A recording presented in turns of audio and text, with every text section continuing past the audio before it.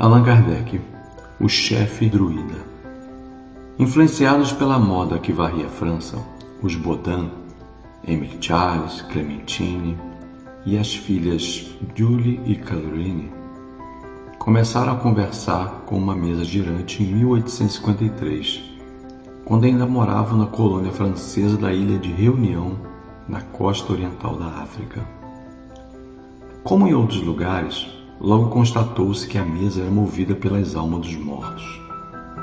Depois de algum tempo, as reuniões passaram a ser dirigidas por um espírito, que se apresentou como guia espiritual da família. Interrogado a respeito do seu nome, o ser invisível respondeu: "Me chamem pelo que sou, o Zéfiro da Verdade." Zéfiro era o nome de um vento típico da reunião, e o apelido pegou. Certa noite, o guia previu que os seus protegidos mudariam brevemente para Paris. Emily arrumará seus negócios e entrará para a escola naval. Caroline e Julie tornarão professoras as mais competentes e encontrarão seus noivos. Eu procurarei contato com um velho amigo e chefe desde o nosso tempo de druidas. Nessa época, os Baudin não tinham a menor intenção de morar na França. No entanto, uma crise no comércio do café e do açúcar, principais produtos das atividades agrícolas e comerciais de Émile Charles, obrigou-os a mudar para a corte em 1855. Zéfiro os acompanhou, ou seria o contrário. As reuniões continuaram em Paris. Numa noite, Zéfiro escreveu: "Nosso dia de glória chegou. O Sr. Baudin pediu mais explicações." O espírito amigo respondeu: "Vamos ter, afinal, o convívio de nosso velho chefe druida?" "Aquele que você esperava encontrar em Paris?" disse Émile Charles. "Sim, ele mesmo, em pessoa. Você vai trazê-lo aqui. Caroline vai atraí-lo." "Você pode me dizer o nome dele?" "Allan Kardec", respondeu. Emily achou o nome estranhíssimo e deu o diálogo por encerrado. As sessões do Baudin davam-se num clima de total descontração e sem qualquer formalismo. Na hora combinada, a casa enchia-se de curiosos, convidados pela família ou recomendados pelos amigos do clã. Nessa época, os espíritos já tinham abandonado as mesas girantes e se comunicavam através da psicografia indireta, escrevendo num quadro de ardósia, que era uma lâmina de pedra portátil, e Caroline, Julie e Clementine funcionavam como médiuns, segurando uma cestinha de vime, cujo bico amarravam um lápis de pedra. Os participantes faziam perguntas que eram respondidas na ardósia e lidas em voz alta. Após a leitura das respostas, seguiam-se comentários dos mais diversos tons, revelando o espanto de uns e o contentamento de outros.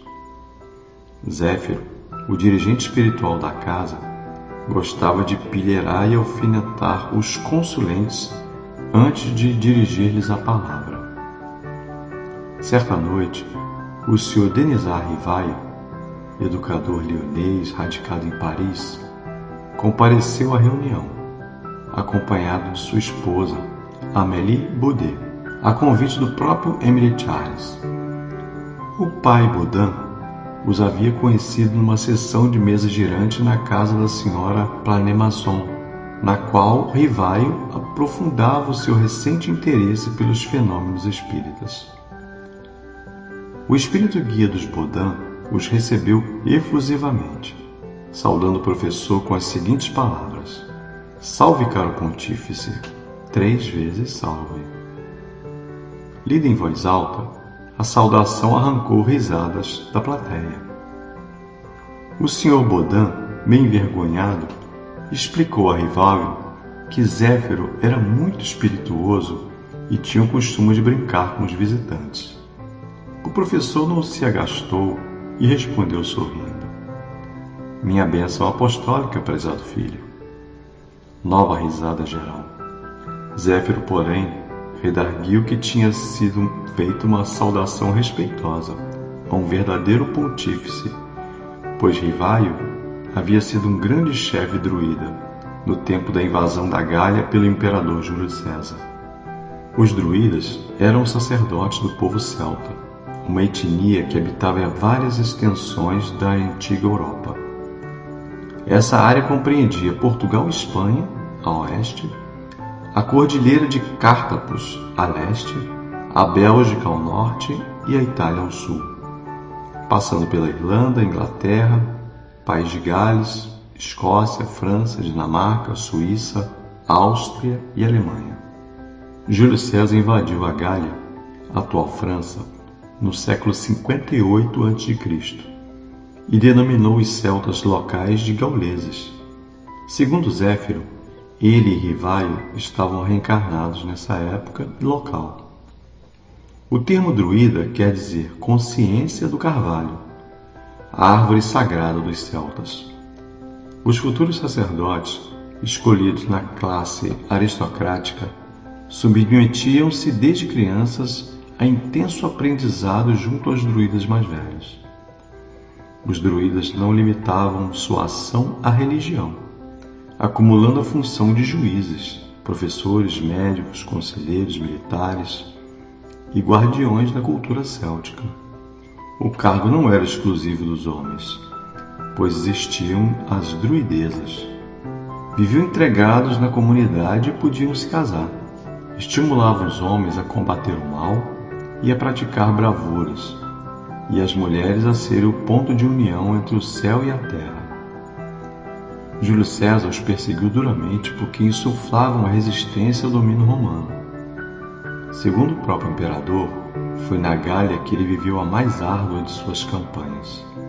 Os celtas dominavam diversas áreas do conhecimento humano, como a fitoterapia, a agricultura, a tecelagem, a mineração, a cerâmica, a pecuária, a metalurgia e a astronomia. Inventaram a roda de madeira, o barril e a carroça. No campo artístico, cultivavam a música, a poesia, a escultura, a ourivesaria e a joalheria. O que unia os povoados, vencendo as grandes distâncias que os separavam, não era a obediência ao único rei, mas a língua, a arte e a religião. A filosofia religiosa dos celtas era muito avançada.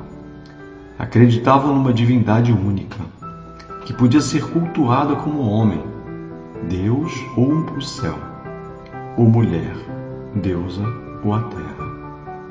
Como não admitiam templos, seus cerimoniais eram realizados ao ar livre, nos campos e florestas, debaixo de grandes carvalhos. Além disso, acreditavam na imortalidade da alma, na reencarnação, no livre-arbítrio, na lei de causa e efeito, na evolução espiritual, na inexistência de penas eternas, nas esferas espirituais, na existência de elementais, duendes, fadas, gnomos, etc., e na proteção dos espíritos superiores. Um celta não morria, pois a morte era apenas um ponto no meio da estrada. Só houve uma coisa negativa. Os druidas proibiram a palavra escrita como instrumento de preservação da história céltica, por temerem que textos escritos caíssem em mãos escusas.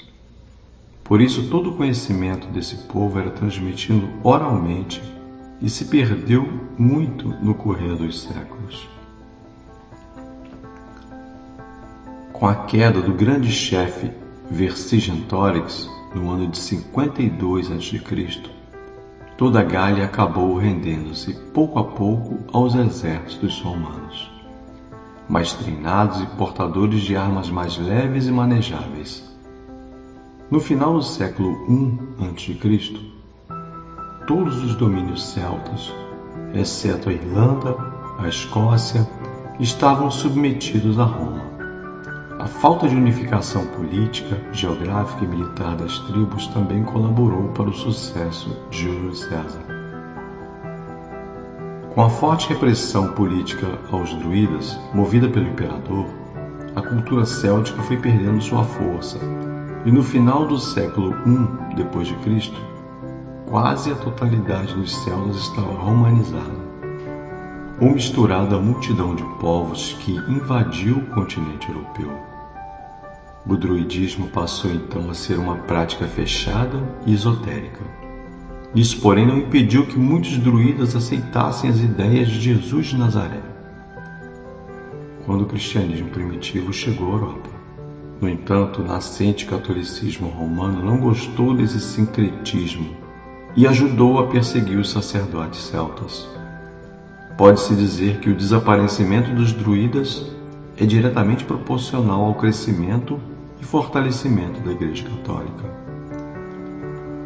Como os grandes druidas eram conhecidos como as serpentes da sabedoria, São Patrício regozijava-se de ter acabado com as serpentes da Bretanha. A vitória final teria sido de Roma, se não existisse a reencarnação. Utilizando-se desse mecanismo natural, o druida Allan Kardec renasceu no século XIX para dar continuidade ao seu trabalho no campo científico, filosófico e religioso. O local escolhido foi a cidade de Lyon, na atual França, antiga Gália, no ano de 1804. Seu novo nome seria Hippolyte Léon Denisard Rivail, educado na Suíça. Depois mudou-se para Paris, capital cultural do mundo. Durante muitos anos, o antigo druida dedicou-se ao estudo e à prática da educação. Todavia, aos 50 anos, atraído pelos fantasmagóricos fenômenos que invadiam o globo, sua atenção voltou-se integralmente para as questões transcendentais da vida. Convencido que os estranhos acontecimentos eram produzidos por espíritos, Rivail começou a fazer-lhes várias perguntas sobre as causas e características das coisas. Desse material saiu a primeira obra sobre o assunto, o Livro dos Espíritos. Estava inaugurada a nova filosofia espiritualista, que ele chamou de Espiritismo. Já sabendo que era um druida encarnado, através da revelação do espírito Zéfiro, Rivail preferiu assinar o livro com seu antigo nome celta, a fim de separar seu trabalho de educador do autor espírita. Fechava-se assim um ciclo palingenético, pessoal e histórico. O espírito Kardec Rivail completava sua tarefa de condutor de almas e as grandes teses druídicas ressurgiam no bojo da nova doutrina espírita, tudo sobre o mesmo solo gaulês. Esses fatos, porém, não aconteceram sem a resistência de uma velha inimiga dos druidas. A Igreja Católica, hoje romanizada, criada sob o aspecto do Império de Roma, tentou denegrir o espiritismo de várias maneiras. Mas isso faz parte de outra história.